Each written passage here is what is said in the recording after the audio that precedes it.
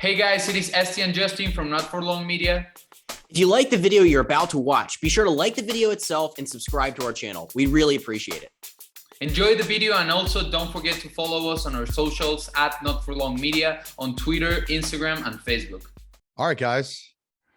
So we got Joe Samba joining us today, Key West legend. And yeah, definitely Key West legend, right? You have to be at this point. I like that. I mean, you got the Conch Republic flag flying, you got the Key West Conchs baseball hat on. Yes, sir. I'll tell you what, like their Key West Conchs baseball hats are sweet. They're badass. I mean, once you get this from, I only lived there for a year, and I've done a lot of traveling there and performing there, obviously. But once a local gave me this hat, that's when I was like, oh, I feel accepted. So those that don't know, Key West, southernmost point in the continental United States. I'm here right now. You're in Key West right now? Right now, man. Look, I threw the half shell raw bar hat on for you. I literally got dressed like I was going to see your show, which I'm on Fleming. So nice. Literally a straight shot pretty much to you when you're at Hank's, give or take. Yeah. And so is that how you found out about me? Was my gigs over there? Okay. No way. That's so cool. Here's how it would happen. So last year I take about a month off when the season ends. Yeah. And my family's been coming to Key West for 40 years now. My uncle flew for the Navy, got stationed down here when he was at Boca Chica Air Force Navy base. Nice. And he's like, told my dad and mom when they started dating, like, hey, listen, just fly to Miami. This is like in the 80s, and was like early 80s, like fly to Miami, drive down, keep going south as far as you can. You're going to run in this place called Key West. So like my dad impersonated an officer, whatever, we're going on live air now. Screw it. Everything pre 9/11 is completely fine. Yeah. So my dad's a big guy like my uncle, and he like walked on the Navy base here, like impersonated an officer, like got on, no big deal. No one ever cared back then, right? It's not like he did anything wrong, kind of. And then whatever, long story short, they like snuck my mom in and they stayed for like $4 a night at the Fly Navy building back in the day. That's amazing. Yeah. That's so then they would walk to the half shell raw bar, and it was all oyster, like just crushed up oysters between the naval base and the half shell. That was it. You could almost see it from the Navy base. That's so cool. So that's how we got here. All right. So fast forward, we're renting a place for the month right in Truman Annex, right at the President's Gates. Cool. Literally football throw between Hank's and our house. Yeah. The annex. So you know exactly where we're at. Yes, sir. I lived right off of Truman Ave in like Whitehead right there. I lived like right at that intersection. Can't beat it. So literally, right. So we got there and we're so jacked up. And then Hank's, kind of a new bar. Yeah. It was so loud in the house. Like, I mean, echoed through the house. And I'm like, you know, these bands are good. It's been great. Like, they're kind of near the house here. I'm like, yo, this guy playing reggae is really freaking good. Let's go over there and see. And this is like one of the nights where we're like, we're not going out tonight, you know? So I don't know if you play there during the week, like Wednesday nights or whatever it was. Yeah. I'm like, I'm going to swing by and see this guy. And we swing by and we sit in the back and we listen to one of your sets, and we had been fans of your music ever since. Oh, that's awesome, man. That's so cool. Yeah, I was wondering how, just because, you know, it's just this past year where my career has been kind of taken off a little bit since I signed with Law and doing some East Coast touring and stuff. So I wasn't sure. And then I was checking out your Instagram, and I saw that you were in Key West a lot. And I was like, I wonder if that's how, because a couple of my buddies also followed you and stuff. I did some detective work, but there you go. Listen, everyone stalks each other on social media. You have to nowadays. Sir.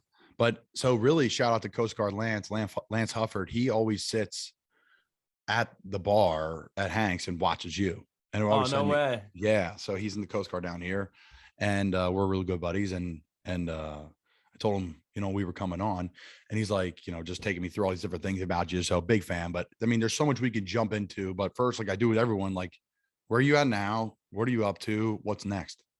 Yeah, man. So since I was living in Key West, I was down there really during the pandemic. I'm from New Hampshire. So during the pandemic in the wintertime, we couldn't play indoors, and during the summer we could play outside and stuff. But dead of winter, I had nothing planned. I was tracking my new album, and once that was done, I was just kind of sitting on my ass and like, what am I going to do next? And then I had played in Key West a whole bunch before that. Like I'd go down and spend like a week or two at a time gigging all over Duval Street and stuff.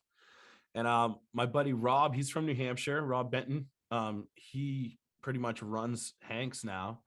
And he kind of just gave me an offer I couldn't refuse and made me move down to Key West, twist my arm. I had a residency all set up there. I was free to play at places like General Horseplay right next door and a bunch of other spots. And it was one of the cooler years of my life living there. I moved my girl down there. And since then, we've actually moved to Charleston, South Carolina.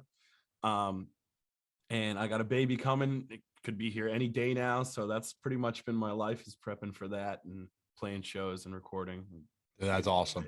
Yeah, there's so much to dive into there. And I figured, as you can hear the plane fly over, as you know, we're right in the path here. Yeah. So it's we're going to have a Key West podcast. There'll be like people walking by in the street yelling in our house, which have scared literally the shit out of me so many different times. Oh, wow. I mean, but it's been everyone's so Key right West. there. Dude, I love, it's such a unique island and place to be. Like any walk of life there is there for the same reason. They're just there to have fun and lay low. Yeah, we love it here, man. It's been a great trip so far. So, baby's on the way. Yeah. What has that preparation been like? Is it Salvatore I saw on Instagram? Salvatore, yeah. Salvatore Steven Sambataro. I'm stoked. He's going to be Italian. He's going to be coming out strong. Like this. Yes, he will be. Yeah. But yeah, he'll be here any day now. And prepping for that has been, at least for us, it's been a very unique experience than probably most. Like, because I've been traveling like crazy. I convinced her to move to Key West from New Hampshire. And then I was like, see ya, I'm going to tour in Hawaii. And like, so she was just pregnant in the middle of July in Key West. And I'm out touring and it's hot there in the summer. And, we kind of agreed that another beautiful favorite spot of ours is Charleston. So I have a lot of friends and fans and stuff in Charleston that I would play in, like Folly and James Island and stuff. So that's where we are now. It's in James Island, right on the coast. And we love it. And prepping, it was hard. We had a house lined up in West Ashley, and the people who were living there before were like squatting in it. And we had just spent like all this money. Someone else was going to rent the spot that we had in Key West, and we had the U-Haul packed. And then we got a call saying like, these people aren't fucking leaving. We're like, okay. So she's 6 months pregnant. We're homeless. And like, what are we going to do? And my buddy Liam here, he had an extra spot available, kind of set us up in Charleston. We were there for a couple of weeks, and then we found a perfect spot where I can have my studio in my garage, and we have plenty of rooms. And it was a stressful situation, but now that we're here and settled, it's like we're good to go. Like now that she's comfortable, they call this the nesting period. So she's nesting and doing her thing, and I'm prepared. That's what makes it fun. Yeah, love it, dude. Yeah, I love it. So Salem, New Hampshire, reggae, playing in Hawaii, Key West, Charleston, around the world. How do you go from a child in New Hampshire where it's freezing cold, miserable weather, to a rising star in the reggae community? Man, it's actually funny that we're doing this when we're doing it, because like 3 years ago to the day, I put out my first single, How We Do. And that song, it was number 1 on iTunes when I first released it. And like from then on, it was like, holy crap, people are really digging this. And that song kind of epitomized living in New Hampshire and playing reggae and like wishing it was summertime. And I have a music video out that's me like trudging through the snow with my surfboard and boogie board and like my swim shorts. And but it was a great spot to grow up. I love New Hampshire. It was definitely like a unique, different thing. Like that, I was playing reggae not knowing if there was like a reggae scene there. And sure enough, there was. After playing the shows and playing weird, because I'm from the metal scene there, I would play these crossover shows where I'd play reggae, and then there'd be like a hardcore, like screaming band, and then like something else. And it wasn't till like a couple of years doing it in New Hampshire where I found there was an actual scene there for it. This band's like Roots of Creation and Super Nothing, and in Massachusetts, I don't know if you know the Elevators, but they're the South Shore of Massachusetts. I'd go down there and play shows all the time. And like, sure enough, the reggae scene in the Northeast was like growing. And even Stick Figure, he's originally from Duxbury, Mass. Like, and it wasn't until I put out How We Do where I like noticed that the scene itself was just growing even more out of New England than I realized. And I've always wanted to go to places like Key West. And when I put out my first record, The Wrong Impression, that like I think it was the April after I put out the single, that's the first time I played in Key West.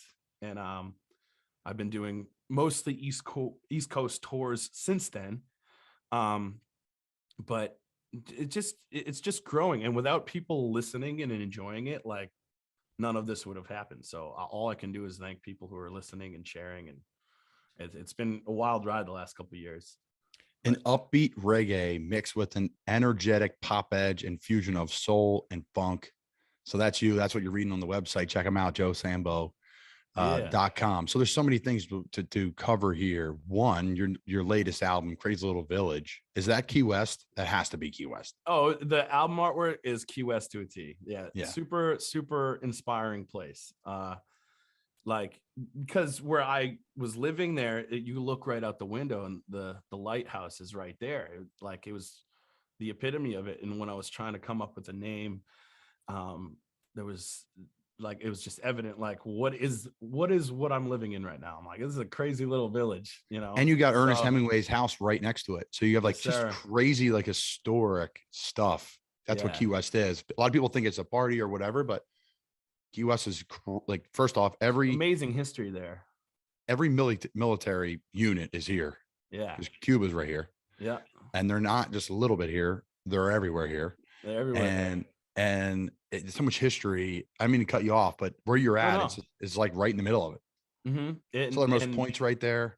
Dude, I felt really lucky. I have a lot of friends there that helped me out and helped set me up. And the location I ended up in, like, I didn't need a car. I could ride my bike to my gigs at like you were saying, there's so many amazing, like there's so much amazing history there, from the Pirates to Ernest Hemingway, to Truman, to Bahama Village, like all Jimmy Buffett, Kenny Chesney, like even going like more his into studio. The studio that no one knows about. Everyone's walking by Jimmy Buffett's studio and has no fucking clue it's his. Like, and we're not going to disclose it on here. Yeah, but it's just walk around and look. Yeah, have you ever been in there? That's like a dream of mine, is to go in there. Actually, dream of mine is to record there. I would love to. So I was there as a kid. It was open one day, and my dad bumped into an old friend who's like the property manager. And I'll put the picture up. I'll find it, guys, and I'll post it in there and do a little when we do your podcast and put it on the social media. But I'm wearing like Jimmy Buffett's suit jacket he would put on for fins to the left, fins to the right. And it's got a fin on the back of the gray jacket. And it's me and my mom in his studio, who, again, in the studio. But yeah, you said, because I've seen Kenny Chesney all around town a bunch of different times. Have you, his place is right, I'm not going to get into it, but not publicly. It's somewhere you would not expect it to just be right there, you know? Yeah. It's awesome. Have you seen him around town? I haven't seen him around town. Yeah. I've seen a few like country stars walking around. I've seen Kenny Chesney walking around, and there's a bunch of cats down there that are just like randomly down there. And the Songwriters Festival, all of them come out, and it's really cool.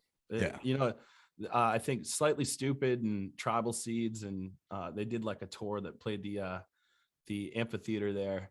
Awesome amphitheater. I know Jamie from Tribal Seeds, and they all went to Smoking Tuna after and like just jammed. You don't know what kind of jam you're just gonna stumble in on down there. It's insane. Like Kid Rock was just down there. Yeah, I saw him at Dante's. Yeah. He jumped up on like with my buddy Nick or something and just took the guitar, and it's insane. It's such a cool spot. Yeah, someone posted in Key West. Only in the Key West. I've heard stories of Kenny going up, taking the guitar, and Jimmy Buffett, and then Kid Rock. Of course, he's at Dante's. He looks like he's been having a hell of a day, and he walked up on stage after and played a couple songs, and he was like completely fine, which is so Kid Rock. Yeah. We'll transition to kind of where my interest in reggae started, and see if that kind of pairs with a lot of people, probably some listeners that are into it, and see what you think. So like for people my age, I'm 28, born in 93. You know, you're in high school in like 2008. So you're listening to music that's like, you know, a little bit before that. So I just remember like hearing obviously Sublime, like everybody else, right? Mm-hmm. My first thing of Sublime was like in Dave Mira biking game, and you're hearing like Sublime come on. You're like, okay, early in the morning, like they're playing, you're riding your bike and you're doing flips and whatever. So Sublime. Then you go like in high school, and I remember like Slightly Stupid, all the cool kids would listen to it. And you're like, all right, like this is really interesting. And then all of a sudden, like I remember getting out of high school and like put it on Dirty Heads, and then being like, okay, like I like some of their songs, I don't like some of their songs. And then it got the Revolution, and then it like took off where like now Iration and Micah, their lead singer, we become like friends, and Nice. they're the intro music to every one of our podcasts. Iration is? Yeah. That's cool. Nice. Yeah, man. So like that's kind of it's like really taken off for me. Now obviously football's help with that, you know. So yeah. But is that where like a lot of people, like younger kids my age, have kind of got their stem from? Because there's a big push for it. And I'll shut up in a second here, but I compare it a lot to country music, and people are like, what are you talking about? That sounds crazy. But if you think about country music, like in the 80s, we're using Kenny as an example. If you go back to listening to Kenny stuff, like 90s, like before like guitars and tiki bars and like all his like laid back, like fun, almost Jimmy Buffett storytelling stuff, it was a lot of like deep roots and, you know, kind of slow country music. Americana. And then you could, yeah, right. And then you tied into like reggae, how it goes back to reggae. But reggae was like hard, heavy roots, right? It was like Bob Marley, even harder than Bob, but stuff like that. And then all of a sudden it changed over time. Now you hear country music just like pop, really. It's just whatever. It, you know, it's just not, I enjoy some of it, but it's now. But then reggae, like in country, there's so many different things. You go from like Luke Combs to like Florida Georgia Line to like Chris Stapleton. Yeah. And you could do the same thing in reggae. And now there's like becoming reggae radio stations, you know. So I don't know. I was thinking about that today. I wanted to get your thought on it because they've both taken off together at the same time. Yeah, so it kind of goes hand in hand what I was saying, like of things just growing organically, from where I in New Hampshire didn't know anyone else was listening to reggae, to like there's this huge, way more broad scene that like the world gets smaller as the scene gets bigger is like the way I look at it. It's like, and you were saying like you listened to Sublime and all this like Americanized reggae, like early 90s, late 90s, like Sublime, Stupid. And it took a band like that, because that's where I started listening to it too. I got really into Sublime, started smoking a bunch of weed and listening to Sublime all the time. And it wasn't until I like listened to their whole discography and was obsessed, where people were like, oh yeah, that's actually a Grateful Dead song. And it's like, what? Yeah, Scarlet Begonias is a Grateful Dead song. Oh, really? And then I'd start listening to Grateful Dead. And then 5446, that's a Toots and the Maytals song. That's like an old reggae number. Really? And then you listen to that. And that is really when I started diving deep into like Toots and the Maytals and like Burning Spear and all like the not Jimmy Buffett. We're talking to, we just can't stop talking about Jimmy Cliff, like stuff like that, like it, and you see whether it's country or reggae, like it's all an influence on each other, like from generation, from like every 10 years there's this new wave of it that was influenced from the wave before. And that's what I think is cool about music. And people tend to like overthink it and like, this is classic rock, blah, blah, whatever genre. And it's like, it's reggae. And like, yeah, you can categorize Bob Marley and Sublime as reggae at this point. Like, you can put so much into that category though. Like you could pile so much stuff. Like I listen to a band that's disbanded now. It was a one-man band, but it was the Hold Up, and I liked them.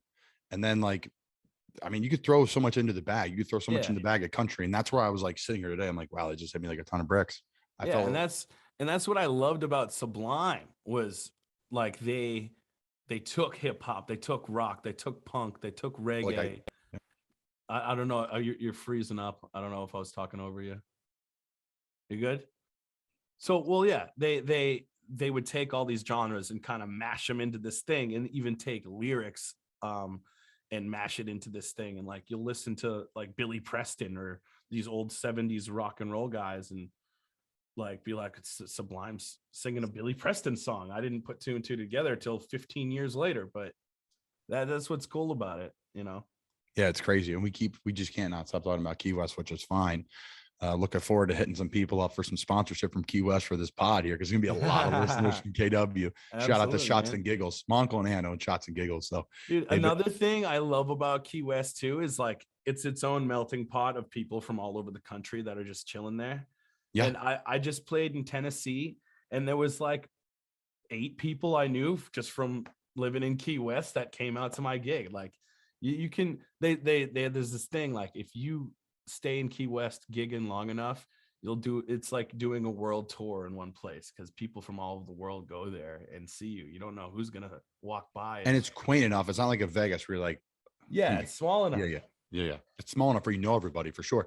It's funny. We keep going back to Key West and like Jimmy Buffett, right? Well, first, I want to get to my previous point. I always talk about Key West is like the best place to watch football. And everyone's like, what do you mean? I'm like, you're watching it with, there's going to be 10 Eagles fans. There's going to be 10 Cowboys fans. There's going to be 10 Panthers fans. Going to be all these Ravens. I mean, we meet Panthers fans all the time. I see them all the time, right? Like all people from all over. So if you go to a certain bar, it's like packed. Shots and Giggles, all NFC East teams, big Eagles, big Panthers. So side note on there. But it's funny, like we keep going back to Jimmy Buffett. And I grew up listening to Jimmy Buffett. My parents were big Parrot heads when we were kids. And a lot of people have moved on, you know. It's kind of, he's great, but it's, you know, it's not the same. He's not putting out new music, you know.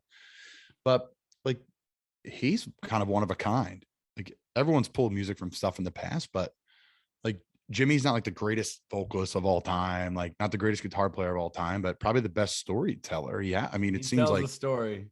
Even Cheeseburger in Paradise, you like it. What unless you dissect, like Cheeseburger in Paradise is like you're dieting, you're living your day-to-day life. Then you go on vacation to a place like Key West. I'm drinking margaritas, I'm eating a cheeseburger, I'm chilling by the pool. Like that's the story. And people are like, why is he just talking about cheeseburgers? And it's like, no, it's the story. Like the everyday person who's just waiting to have that burger in paradise, you know? Like it's cool. So unique, man. He's got so many wild stories of like literally I'll be now with my, you know, dad, now that I'm 28, whatever, we'll be like, you know, walking somewhere and I'll be like, whatever, sing a song. And I'll be like, you know what? I just want to go to the Half Shell or go to Shots and Giggles and like, just have like oysters and beer for every day of the year. And I'll be fine. You know, like that, even though like I'm like an old man, you know. There's so much talk about. I didn't even ask you in the beginning, how much time you got for me today? I don't want to take too much of it. Unless the baby's coming out, I got all day. All right, cool. We'll do our normal length, about another 20 minutes or so. All right, man. So the Sugar Shack session, talk about that. Can you explain that to everybody listening on here? I obviously, as a reggae fan, follow it, appreciate it, love it. It's friggin' sweet. Can you explain what that is and talk about your experience there? Yeah. So Sugar Shack is a YouTube channel that it's primarily like reggae rock world. But like they bring in all types of artists, from funk to rock to everything. So it's one of those outlets on YouTube that I've been watching like before I even released any music of my own. It was just it's a great outlet to see a cool broken down like authentic version of like your favorite reggae bands. And being on it was surreal for me. I did it. It was like this time last year, where I was able to bring my whole band down to Florida. And at this point, because of the pandemic, they were all still out in Boston. And I hadn't played with them in over a year at that point. So I got to fly them down, meet them in Fort Myers, and rehearse at the Airbnb, and then just go straight over and track the songs with Sugar Shack. But those guys, Ed and all the guys, they're so welcoming, and they try to keep that like authentic, like, because they got super popular on YouTube. They went from just, well, let's just have some beers and film some shit, to like it's grown into this big thing, and it's still hanging out and drinking beers and filming shit, you know, except they've been able to grow this thing even bigger. And like now they're able to have like a sponsored hard seltzer that like you show up and they have like a whole thing of beer and hard seltzer, like, hey, these are what our sponsors, here you go. And like it was just so chill. And being able to do that was like one of those check it off the bucket list types of things for me. And yeah, like I encourage everyone to go check it out, not just my videos, but like there's just so many awesome sessions that like I will sometimes just sit there and listen to that more than the actual recordings of the bands that are on it, you know. You're done if you start going down that rabbit hole. Yeah, it's a death trap. Yeah, because it's so unique and you find so many new bands, and sometimes Yeah. you're like, you know what, I like this better than their actual music. I mean, I shouldn't say that because that comes across wrong, but you're like you said, I'll watch that over well, there's watching versions. So like Yeah. if you like the studio version of a song and then hear it on Sugar Shack, they do such a good job with the audio, even just not what like bands will release just the audio on Spotify and stuff. While it like you can watch the whole video on YouTube, but it sounds so good. It's like we need to release acoustic version of this because we did it on Sugar Shack, you know, because the way they film too, like it's just all so good. awesome. It's so freaking cool. They just So- they kill it. They're just perfect. They do it really, really well. They do. Incoming generic question about music.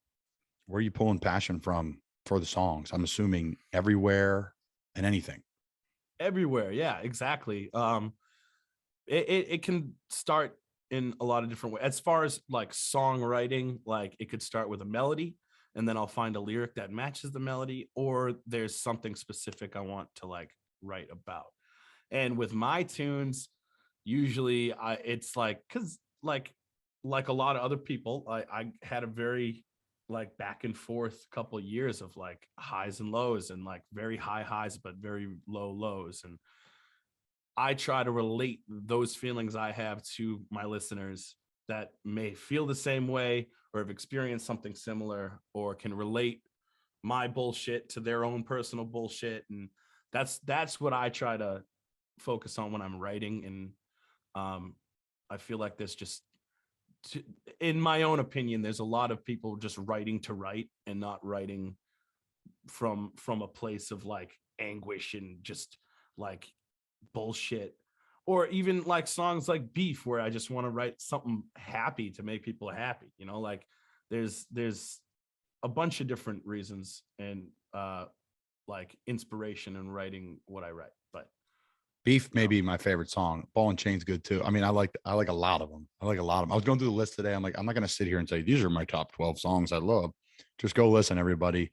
There's a little bit for everybody. There really is, though. I mean, there really is. You talk about writing from the heart. I listened to one of your podcasts you were on earlier today, and prepping for the pod, and you talk about writing from the heart. But like, especially in those lows, has writing helped you out of those lows? Yeah, it's my outlet for that. 100%. Without music, I don't know if I'd still be here. Like, to be that blunt, like that's honest truth. Like, it's my outlet, and that's one of those things I like to encourage towards people listening. Even if it's not music, like whatever it is, some sort of there needs to be some sort of release for that built up shit. And for me, it's expressing myself through music, and if it helps people like realize that about themselves, or however people take it, even if people hate my music, I still have an outlet to put something out. It helps me also, So is there any cool moments where someone's like come up to you or wrote you a letter or send you a message like, hey, you really helped me through a dark time? Yeah, pretty often actually too. And that's the reason why I keep creating. Like that's the driving force of continuing to make music. It started as something for myself, and it like my song The Wrong Impression, I wrote that like 12 years ago. Like I wrote that a long time ago, and it took me like 10 years to even put anything out. So I did it for myself more than anything. And the fact that people jive with it and relate to it and want more of it, it's like, how could I not feel good about that? Like, that's fucking awesome. So that's the driving force now behind it all. So that's so cool, it's man. I heard cool. that's sorry to cut you off. Typical Zoom. Wish we could do it All in good. person. Maybe we'll get one in person this year. I'll drive down or something when I'm back in Charlotte and get to meet the little guy. More than welcome, dude. That'd be awesome. Hey, so I heard on their podcast, you're a high school dropout. Can you talk about that? Yes. Yeah. I just didn't jive with school. I never really have. I was a class clown. But I was also like singled out a lot because I'm a big guy. Like I would not even try to make a joke or anything. And they'd just be like, Joe, get the fuck out of here. And I'd be like, I didn't do anything. Like I just got singled out a lot in school and me didn't vibe at all. And, but there was a few teachers that like helped a lot and like encouraged me, like school or no school, like do your thing, just do you. And that's what I vibed with more. And the whole core class, like day-to-day school with the curriculum. It's just not how my brain works. Like it probably is a lot different for a lot of other people, but I just didn't jive with it. And I'm actually like, as probably not popular of an opinion it is, I encourage kids to like say fuck school more, because like it's not for everyone. And if you have that mindset, fuck school, you can still, that doesn't mean you're out. That doesn't mean you're out of the game because you don't jive with school, you're not getting good grades. They like growing up, at least for me, it seemed like if you don't do it like this, you're not going to go anywhere in life. And it's like, that's not true. Like Not now more than ever. It's even easier. Yeah, it's even easier. Easier is not a good word, but there's more avenues. There's more opportunity. A perfect example, someone like my mom, who is, I mean, one of the biggest badasses on earth, in my opinion. She's, I mean, everyone knows on this podcast what I think of her and what she's done, but she's in, you don't know, but she's in retail. She's been in retail for 30 years. You know, she always says, I barely got through high school, barely.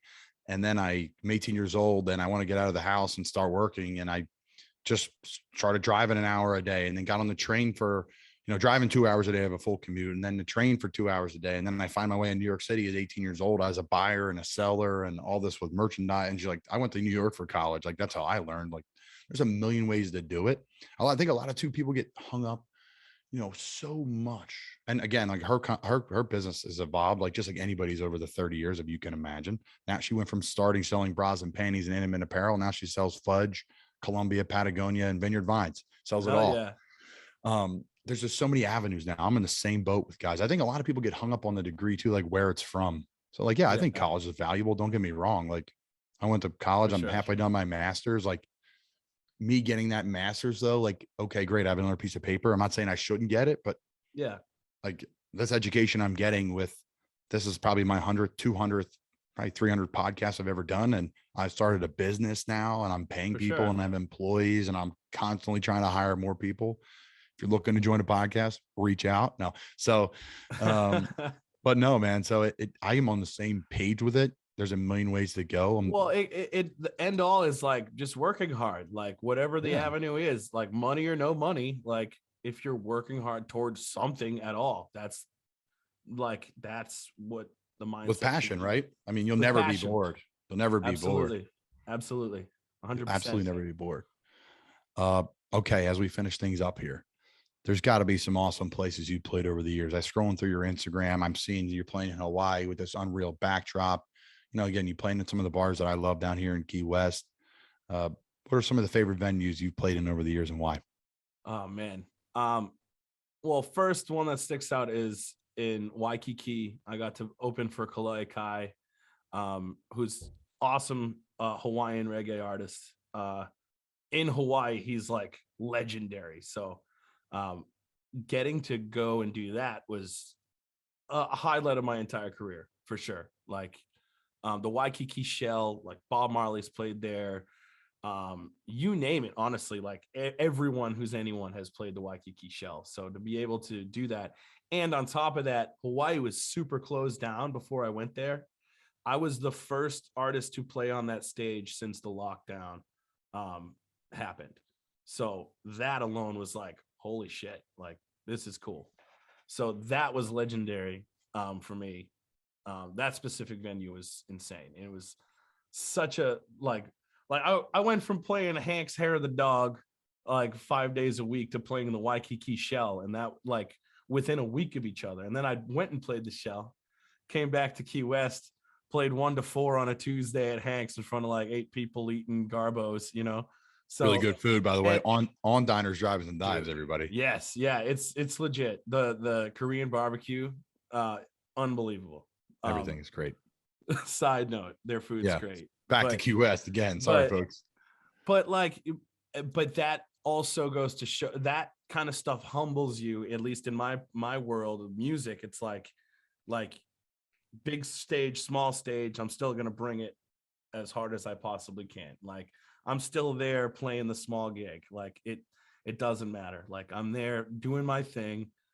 My worst case scenario is like, all right, I might break a string or something, or my voice might not be to par, but like at least I can get some garbos and have a beer after, and like walk down Duval Street and go to the beach. Like, you know, like I guess the Shell was definitely the highlight of my career so far. Waikiki.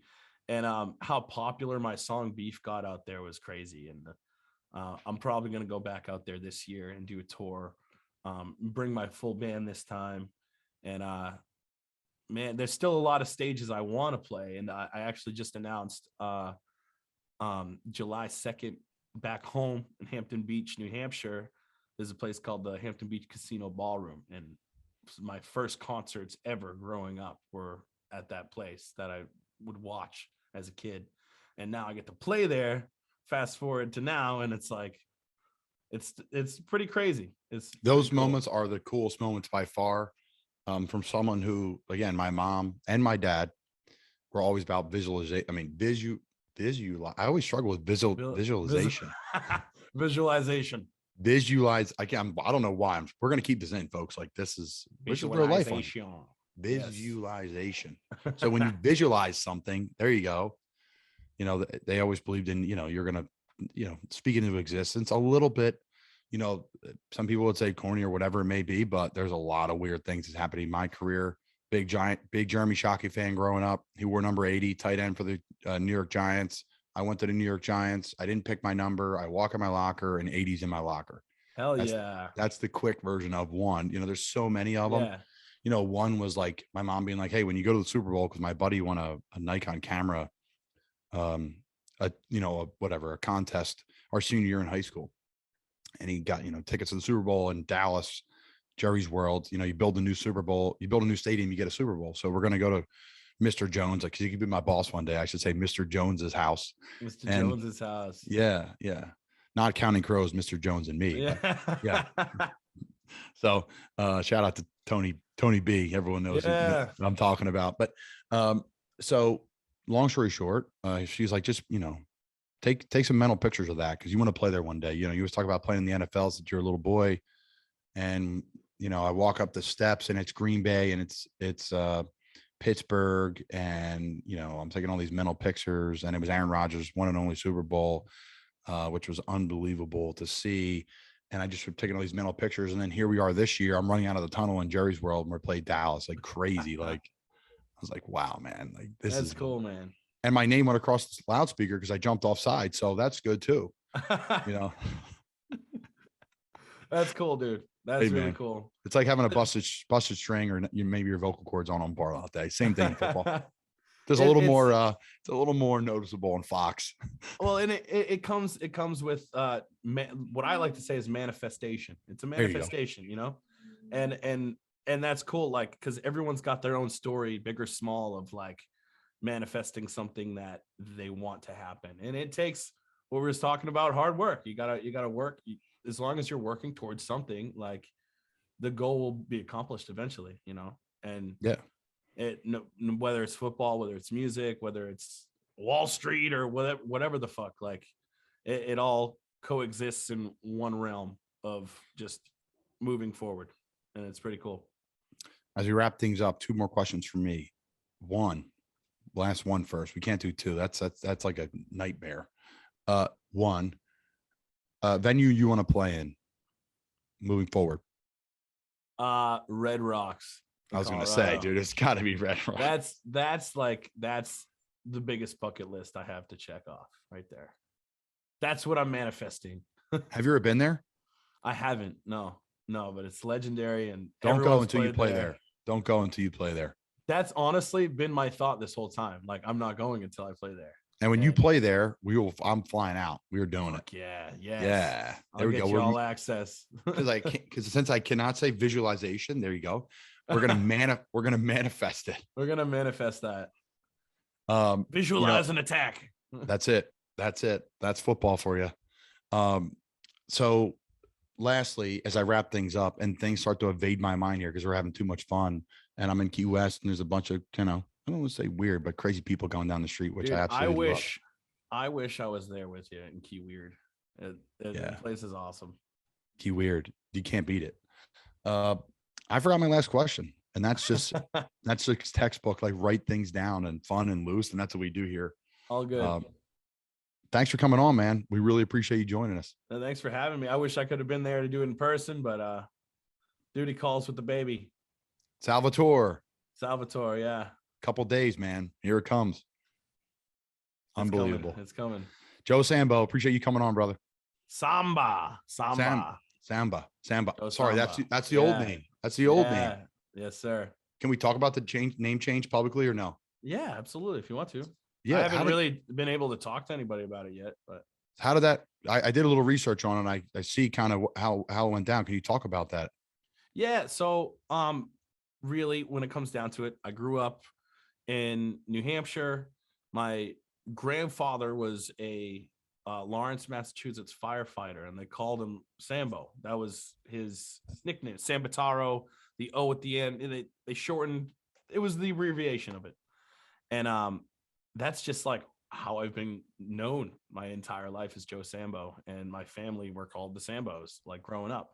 And it wasn't until I started touring where I played in the specific show was in Savannah, Georgia, and there was other spots too, like Columbia, South Carolina. And now that I live in Charleston too, like a lot more people have brought it up to me. And Sambo is a derogatory word for a Black person.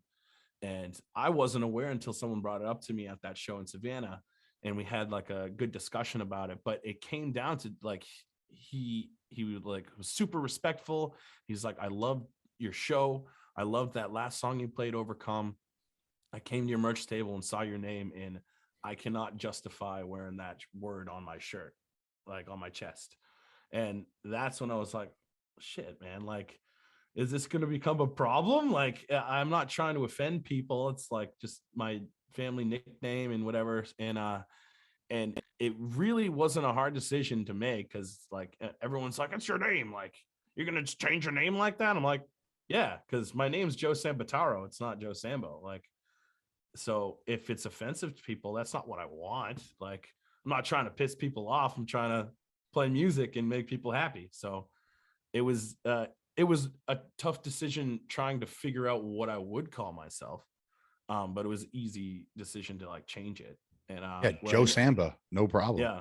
Good on you, man. That's the freaking O to awesome. an A. Like, it was, and like there has been people that like just like stick it to them. Like, why would you just still? It's like, dude, it's not even.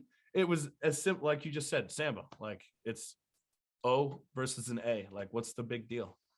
And I feel like there's more people pissed about it than I am at all. Like, I'm not even upset about what I'm just glad I can like clear things up and have outlets like this to talk about it, you know? Yeah, no, we appreciate you talking about it. Good on you, man. And we don't really we talk about it a lot, but we don't pay attention to the get off my yard crowd on here. You know, exactly. If you're not open-minded and you don't have empathy, then come on.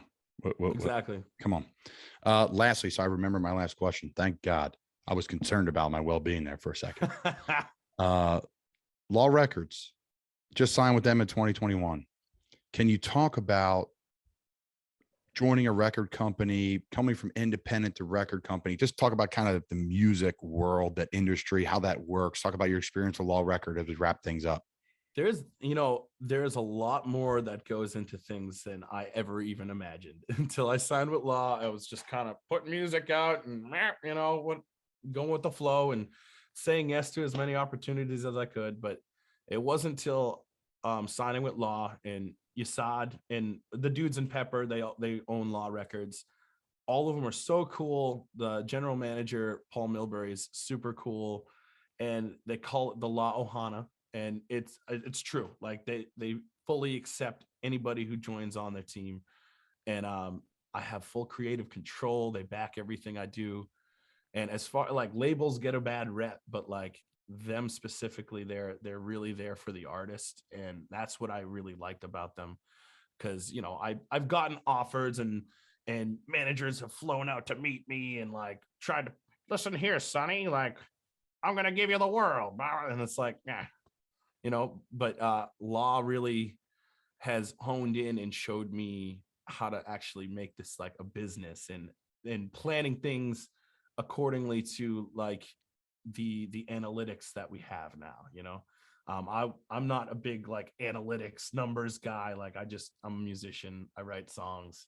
I put them out. I play shows, and I hang. You know, I love it. They kind of they've honed in a lot of the other aspects of the music business itself for me, and in doing so, I've been able to acquire a booking agent to help me get the shows that I need, and my manager Ian, AFT Artist, has been an amazing help, not just for my music career, but my personal life and my scheduling stuff around like my girlfriend's pregnancy and just my personal move, like huge move from Key West to South Carolina, like everything. I'm blessed, you know. I have a good team, and it takes a team. I can't do it myself. And from my band to my tour manager Steve, like I'm the luckiest dude in the world. I say it all the time. And it takes a team to get that next step taken. And yeah, I mean, Law has been a huge help, and you can see it in the analytics how big of a help they are. That's a sentence I never said before that. So yeah, I heard you on another podcast. You're saying like I was definitely not an analytics guy before. I was just about making great music, and you know, I resonate a little bit with that too. And I think you still have to have the like, screw it, I don't care about the followers. Like I'm a football player and I have reggae guys on my podcast, and I have lifestyle people on my podcast, and I have, you know, people that aren't football players, because that's who I am. It's really podcast just a shell of me. But you were saying how before like you didn't care about the analytics, but now it's like a good help for you. You can kind of a great metric.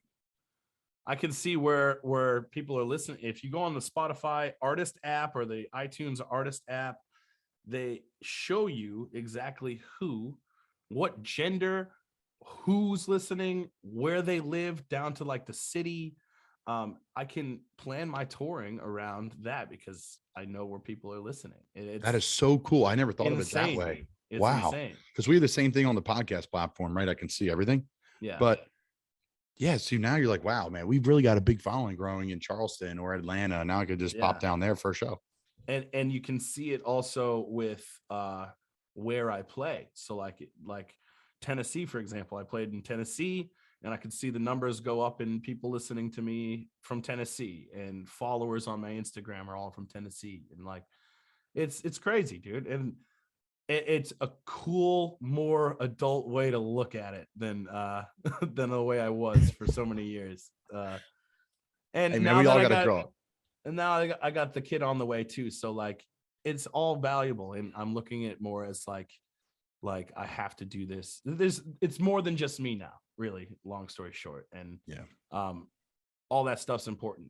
And even though it's not my main focus when I'm writing a song or playing a show, it all makes it professional and the next step of my career. So I thank Law, my management, everybody who's helped me get to the point I'm at and to wherever the hell this goes. So to the moon, baby. To the moon. Joe Samba, appreciate you coming on, brother. Thanks for having me, bro. I appreciate it. Hey, go Panthers, bro. I never thought I'd ever say that. I love it. Keep pounding. That's our sign. Keep pounding.